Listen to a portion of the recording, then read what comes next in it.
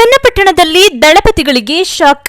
ಹೌದು ವೀಕ್ಷಕರೇ, ಚನ್ನಪಟ್ಟಣ ವಿಧಾನಸಭಾ ಕ್ಷೇತ್ರದಲ್ಲಿ ಸುಮಾರು 30 ವರ್ಷಗಳಿಂದ ಜೆಡಿಎಸ್ ಪಕ್ಷದಲ್ಲಿದ್ದು ಪಕ್ಷ ಸಂಘಟನೆಗೆ ದುಡಿದಿದ್ದ ಎಸ್ ರವಿಕುಮಾರ್ ಅವರು ಉಪಮುಖ್ಯಮಂತ್ರಿಗಳಾದ ಡಿಕೆ ಶಿವಕುಮಾರ್ ಅವರು ಕಾಂಗ್ರೆಸ್ ಪಕ್ಷದ ಶಾಲು ಹೊದಿಸಿ ಕಾಂಗ್ರೆಸ್ ಪಕ್ಷಕ್ಕೆ ಬರಮಾಡಿಕೊಂಡರು.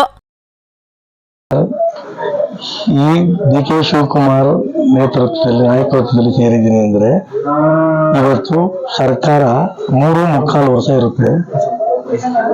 ಸರ್ಕಾರ 3.25 ವರ್ಷ ಇರುತ್ತೆ.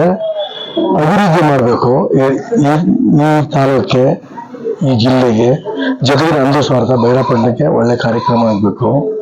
ನಮ್ಮ ಒಕ್ಕಲಿಗ ನಾಯಕರು ಈ ರಾಜ್ಯದ ಮುಖ್ಯಮಂತ್ರಿ ಆಗಬೇಕು. ಹಾಗಾಗಿ ನಾನು ಈ ಪಕ್ಷ ಸೇರ್ತೀನಿ. ಸರ್, ಇಷ್ಟು ದಿನ ಚನ್ನಪಟ್ಟಣ ಒಂದು ಕ್ಷೇತ್ರದಲ್ಲಿ MLA ಕುಮಾರಣ್ಣವರು ಕೂಡ ಬಂದಿದ್ರು. ಅವರು ಕೂಡ ಕ್ಷೇತ್ರದ ಶಾಸಕರಾಗಿದ್ರು. ಈ ಬೈರಾಪಟ್ಟಣಕ್ಕೆ ಏನು ಕೂಡ ಅಭಿವೃದ್ಧಿ ಕಾಣಲಿಲ್ಲ. ಅಷ್ಟು ವರ್ಷ ಮಾಡೋರು ಸರ್, ಅಂತ ಮಾಡಲಿಲ್ಲ ಅಂತ ಹೇಳೋಕ್ಕಾಗಲ್ಲ. ಆ ಪಕ್ಷಗಳಿದ್ದು ಮಾಡಿದ್ದಾರೆ. ಸರ್, ಈಗ ನಿಮ್ಮ ಪಕ್ಷದ 2 ಬಾರಿ ಮುಖ್ಯಮಂತ್ರಿ ಮತ್ತು ರಾಜ್ಯಾಧ್ಯಕ್ಷರು ಕೇಂದ್ರ ಸಚಿವರಾಗಿದ್ದಾರೆ. ಆದ್ರೂ ಸಹ ನೀವು ಕಾಂಗ್ರೆಸ್ ಪಕ್ಷಕ್ಕೆ ಸೇರ್ಪಡೆ ಆಗಿದ್ದೀರಾ?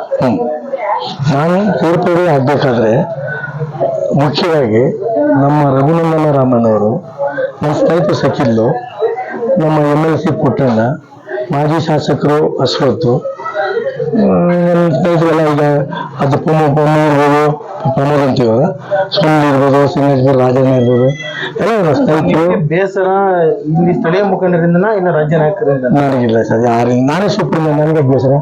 ಈಗ ಈ ತಾಲೂಕಲ್ಲಿ ನಾನೇ ಸೀನಿಯರು, ನನಗೆ ಬೇಸರ ಸರ್. ನಮ್ಗೆ ಬೇಸರ ಏನಿಲ್ಲ. ಏಕಾಗಿ ಈಗ ನನಗೆ ಇಷ್ಟೆಲ್ಲ ದೊಡ್ಡ ಜನ, ಒಬ್ಬ MLC ಆದರು, ಡೆಪ್ಟಿ ಸ್ಪೀಕರ್ ಆದರು, ಒಬ್ಬ ಡೆಪ್ಟಿ CM ಆದರು, ಒಬ್ಬ ರಘುನಂದನ ರಾಮಣ್ಣ, ಈಗ ಕಾರಿಡಾರ್ ಅಧ್ಯಕ್ಷರು ಪ್ರಾಧಿಕಾರ ಅವ್ರ ಮನೆಗೆ 10 ಸಾರಿ ಬಂದವರು ಸರ್. ಈಗ ನಿಮ್ಮ ಸರ್ಕಾರ ಅಧಿಕಾರ ಇಲ್ಲದೆ ಹೋದಾಗ ಪಕ್ಷದ ದುಡಿದಿರಿ. ನಿಮ್ ಸರ್ಕಾರ ಚೇತರಿಸ್ಕೊಂಡಿದೆ ಮತ್ತು ಕೇಂದ್ರದಲ್ಲಿ ಸಚಿವರಾಗಿದ್ದಾರೆ. ಆ ಮಟ್ಟದಲ್ಲಿ ನೀವು ಈಗ ಸೇರ್ಪಡೆ ಆಗಿದ್ದಾರಲ್ಲ ಅಂತ. ಸರ್, ಕೇಂದ್ರದಲ್ಲಿ ಕುಮಾರಣ್ಣ ಮಂತ್ರಿ ಅವರ ಕೆಲಸ ಮಾಡಲಿ, ಅವರೇನಿಲ್ಲ. ಕೇಂದ್ರ ರಾಷ್ಟ್ರ ಮಟ್ಟದಲ್ಲಿ ಕೆಲಸ ಮಾಡಲಿ, ರಾಜ್ಯ ಮಟ್ಟದಲ್ಲಿ ನೆಕ್ಸ್ಟ್ CM ಅವರು ಡಿಕೆ ಶಿವಕುಮಾರ್ ಅಲ್ಲ ಸರ್. ಹಂಗಾಗಿ ಈ ರಾಜ್ಯಕ್ಕೆ ಒಳ್ಳೇದಾಗ್ಬೇಕಾದ್ರೆ ಕುಮಾರಣ್ಣ ದೇಶಕ್ಕೆ ಒಳ್ಳೇದ್ ಮಾಡಲಿ, ಬಟ್ ರಾಜ್ಯಕ್ಕೆ ಡಿಕೆ ಶಿವಕುಮಾರ್ ಮುಖ್ಯಮಂತ್ರಿ ಆಗಿದ್ದಾರೆ, ಇವರಿಗೆ ಸಾಧ್ಯ. ಸ್ವಾಮೀಜಿಗಳು ಮುಖ್ಯಮಂತ್ರಿ ಆಗ್ಬೇಕು ಅಂತ ಪ್ರಸ್ತಾಪ ಮಾಡ್ತಾರೆ. ಎಲ್ಲ ಸಮಾಜದ ಸ್ವಾಮೀಜಿಗಳು ನಮಗೆ ಕೊಡ್ಬೇಕು ಅಂತ ಇವರೇ ಯಾವ ರೀತಿ ಹೋಗುತ್ತೆ ಅಂತ ಸರ್. ಈಗ ಈ ಪ್ರೆಸೆಂಟು ರೇಸಲ್ಲಿರುವಂತವರು ನಿಮ್ಗೆ ಗೊತ್ತಿರುವ ಹಾಗೆ ಡಿಕೆ ಶಿವಕುಮಾರ್ ಆಗ್ಬೇಕಾಗಿದ್ದು ಅನ್ಫಾರ್ಚುನೇಟ್ಲಿ ಕಾರಣಾಂತರಗಳು ಆಗಲಿಲ್ಲ. ಹಂಗಾಗಿ 100 ಜನ ರೇಸ್ಪರ್ ಯಾವ್ದು ಸರ್ ಲೆಕ್ಕ?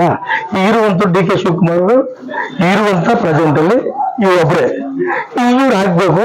ಇದು ಸ್ವಾಮೀಜಿಗಳು ಬ್ಯಾಟಿಂಗ್ ಇರ್ಬೋದು, ಏನಾದ್ರು ದೇವರು ಮಾಡೋದು ಸರಿ ಇಲ್ಲ. ಡಿಕೆ ಶಿವಕುಮಾರ್ ದುಡಿದವ್ರೆ, ಈ KPC ಅಧ್ಯಕ್ಷರವ್ರೆ, ಡಿಕೆ ಶಿವಕುಮಾರ್ ಆಗ್ಬೇಕು ಸರ್.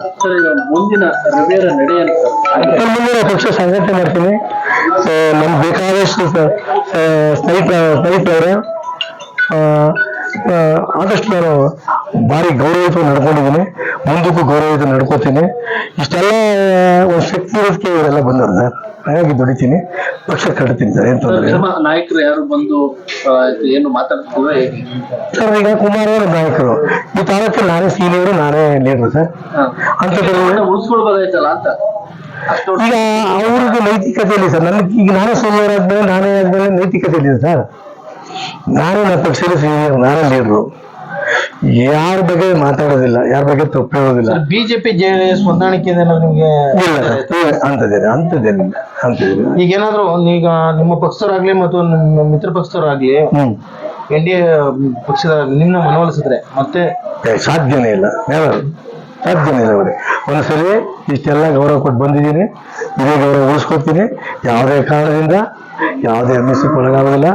ನಾನು ನೇರ ನೋಡಿ ನಮ್ ಕೆಟ್ಟದ್ದು ಗೊತ್ತೂ ಇಲ್ಲ. ಈ ಸತ್ಯ ಬೈ ಎಲೆಕ್ಷನ್ ಅಲ್ಲಿ ರವಿಯರ ಒಂದು ಕೊಡುಗೆನೂ ಕೂಡ ಇರ್ತದೆ. ಈ ಬೈ ಎಲೆಕ್ಷನ್ ಅಲ್ಲಿ ಗೆಲ್ತೇವೆ ನಾನು ಅಂತ ಹೇಳ್ಕೋಬಾರ್ದು.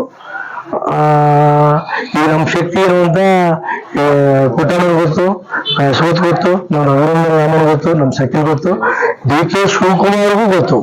ಹಾಗಾಗಿ ನಾನು ಬೇರೆ ಬಗ್ಗೆ ಯಾರ ಬಗ್ಗೆ ಅಭಿವಾಗಿ ಹೇಳ್ಬಾರ್ದು ಸರ್. ನಾನೊಬ್ಬ ಸಾಮಾನ್ಯ ಮನುಷ್ಯ, ಹಾಗಾಗಿ ಯಾರ ಬಗ್ಗೆ ಕೆಟ್ಟದಾಗಿ ಹೇಳೋದಿಲ್ಲ. ನನ್ಗೆ ಯಾರಿಂದ ತೊಂದರೆನೂ ಆಗಿಲ್ಲ, ನನ್ಗೆ ತೊಂದರೆ ಕೊಡೋ ಸಾಧ್ಯತೆಯೂ ಇಲ್ಲ.